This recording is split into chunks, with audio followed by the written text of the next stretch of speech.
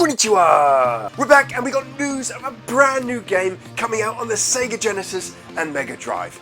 And this time we've got some exclusive footage of the game to share with you. My name's Mike and this is the Retro Gamer Boy Show.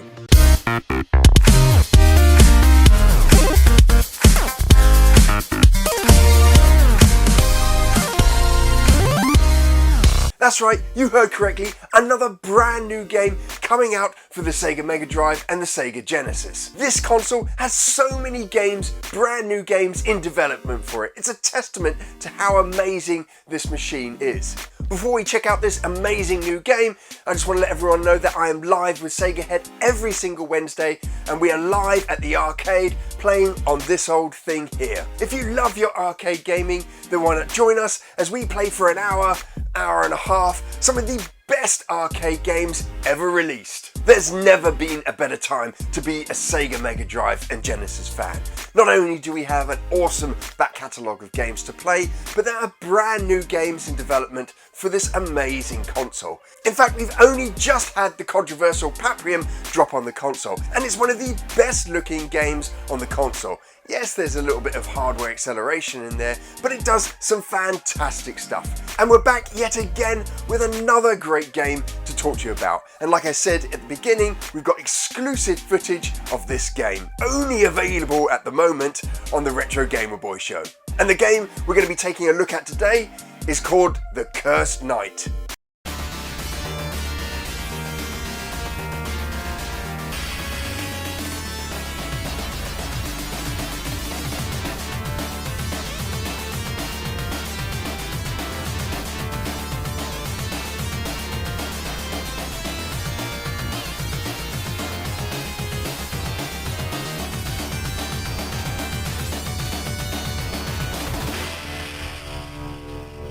Now, in talking to the dev team behind the development of The Cursed Knight, they let me know that they've been inspired by games like Mickey Mania and Mega Man for the platform portions of this game. Because this game is not just a single genre of game, it's a blended genre. Because the team weren't just inspired by platformers like the Master System's Asterix and Sonic, they were also inspired by games like Thunder Force 3 and Thunder Force 4, and they loved the idea of bringing a shoot 'em up and platformer together. Now, none of the team behind The Cursed Knight have actually worked in the game industry. This is their first major title, and they're building it because they're passionate about the Sega Mega Drive and the Genesis and the games that they used to play. And they want to share that passion, their love for their platform and shoot 'em up games with people like you and me. And so they're hoping that by building this game, not only will it satisfy their nostalgia for the console, but hopefully others will enjoy playing and having this game on their shelf as well. So what is The Cursed Knight? Well, it follows a classic storyline. Fabled Knight of the Realm falls in love with a princess.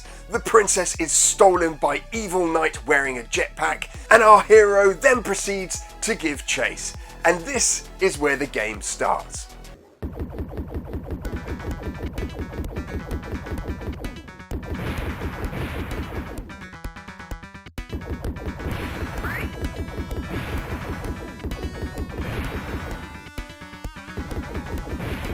Now, the first thing you're going to notice about The Cursed Knight, at least when you boot up the demo, is the visual fidelity. And I'd say that this game sits firmly alongside some of the earlier games released on the console, although it does have some vision effects that we saw in later games in the console's life. Things like the use of parallax scrolling in the sky, and that 3D effect, that awesome 3D effect that you got in Mickey Mania and Batman and Robin. The art style definitely pulls on those nostalgia heartstrings. It's a visual style that takes you back to the beginning of the Sega Mega Drive. And just looking at it, there's no doubt that you couldn't mistake that this is a Mega Drive and Genesis game. The other thing that's going to hit you right at the start of the game is the soundtrack. It's a stunning composition that utilizes that awesome Yamaha processor in the Genesis and Mega Drive. You're going to spend a lot of time working your way through the levels in The Cursed Knight, and having a decent soundtrack to accompany you is an absolute must. And from what we've heard so far from The Cursed Knight, it has it in spades.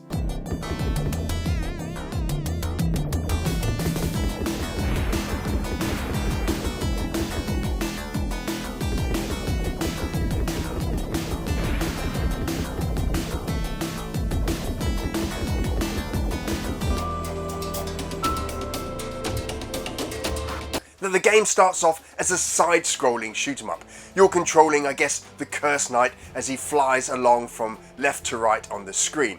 Now the screen is always moving along with you, and this is really important because the team have incorporated level design that takes into account that you have this pressure of the screen following you. Now as you're flying along, there are a number of power-ups that you can pick up that increase or improve the quality of the weapons that you have. And you can switch between two weapons. You have shurikens and your primary weapon. Now shurikens are like heat-seeking missiles. You can shoot them infrequently, but they will seek out and destroy the target.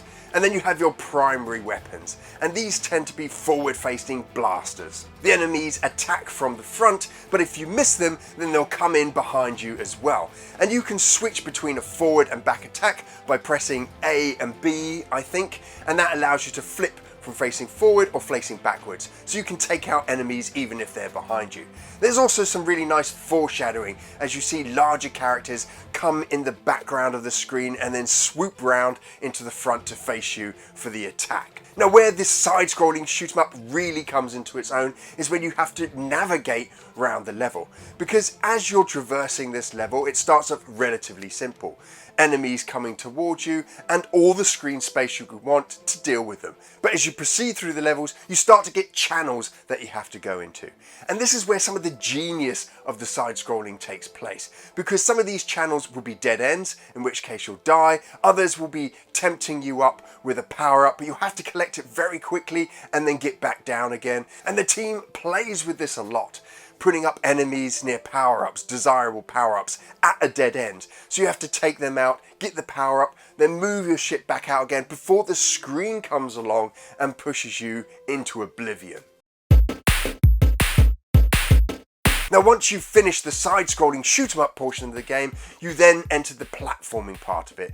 And narratively, this flows relatively smoothly into one another. Gameplay takes on a more traditional platformer style.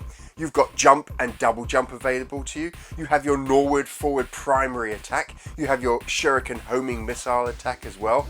You can also slide, and you can do a close quarters sword attack. But there is a new mechanic, and we have footage, exclusive footage of this new mechanic, where you can actually change gravity as well. And all these mechanics make for a very, very challenging game. You're gonna die a lot in the Cursed Knight, because it's one of those platformer shooter games where you have to memorize what's coming next, learn how to traverse it, and then move on. Once you've learnt it, it's all pretty simple. And the team really play on this, because once you get to the end of the demo, they let you know how many times you died. And I love this, and I loved it because checkpoints were cleverly placed after a challenging aspect of the game, somewhere they knew you had to learn something either new or had to figure out how to do something. They have a checkpoint right afterwards. And so I always felt that I was making progress through the level. It never got frustrating. Now the platform portion of the game will really keep you glued to this game.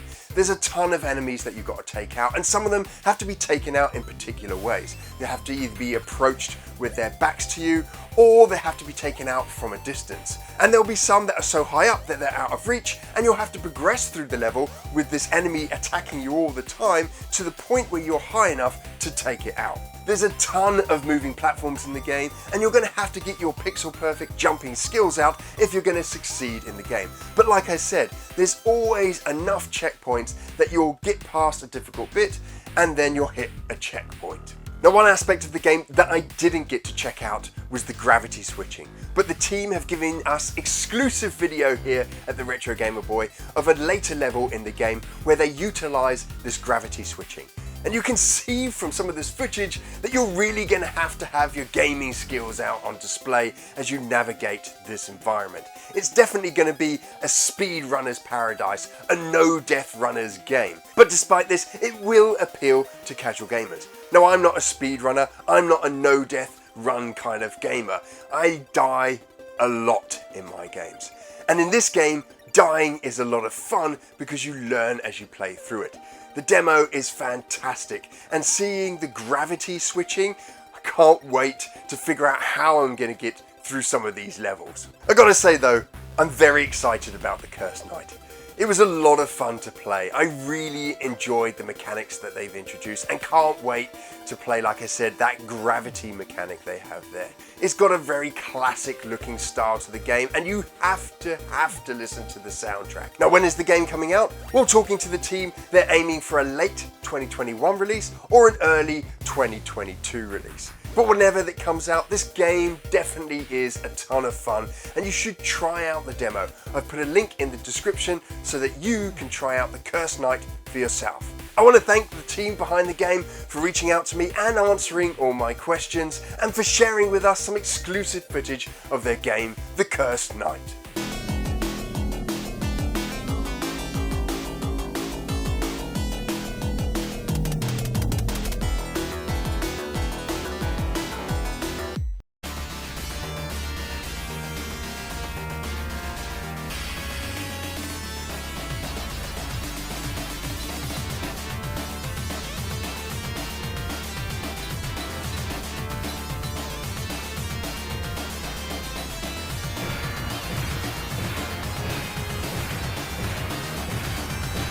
So there we go, another brand new game coming out for the Sega Genesis and Mega Drive. I just can't believe how many games are coming out for this console. I'm having to build two collections, the classic one I grew up with and a brand new collection of brand new games that are being developed. Now, if you're a fan of the Sega Mega Drive or just a fan of retro gaming, then you can subscribe to the Retro Gamer Boy Show, because we've got you covered every single Monday. And you can get notified as soon as we have a brand new show by clicking on the little bell just below me here. You can also subscribe by clicking on my little pixel head in the corner just here. And if you can't wait until our next show, then you can check out our huge back catalogue of games, two of which you can find over here.